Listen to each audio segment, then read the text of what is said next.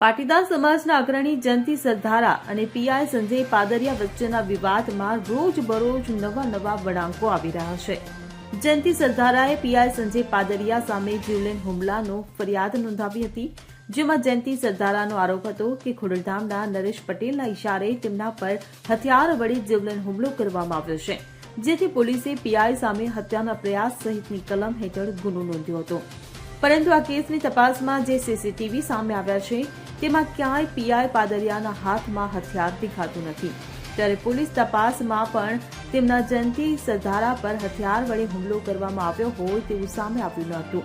ત્યારે પોલીસે સ્વતંત્ર સાહેદોના નિવેદન તેમજ ડોક્ટરના મેડિકલ સર્ટી અને સીસીટીવી બાદ હત્યાના પ્રયાસની કલમ દૂર કરવા માટે અરજી કરવાનો નિર્ણય કર્યો હતો. ત્યારે પીઆઈ પાદરિયા પરથી હત્યાની કોશિશની કલમ હટાવવામાં આવતા 7 દિવસ બાદ પીઆઈ પાદરિયા પોલીસ સમક્ષ હાજર થયા હતા. મળતી માહિતી મુજબ 7 દિવસ બાદ પીઆઈ પાદરિયા ગઈકાલે પોલીસ સમક્ષ હાજર થયા. ત્યારે પીઆઈ પાદરિયાનું સ્વાગત કરવા માટે મોટી સંખ્યામાં સમર્થકો ઉમટી પડ્યા હતા. જયંતિ સરધારાએ પીઆઈ પાદરિયા ઉપર જે આક્ષેપ કર્યા હતા. CN24 news. હવે જુઓ દેશ દુનિયાની તમામ ખબરો તમારી આંગળીના ટેરવે. ઉઠાવો મોબાઈલ અને Google Play Store પરથી ડાઉનલોડ કરો અમારી CN24 ન્યૂઝ મોબાઈલ એપ.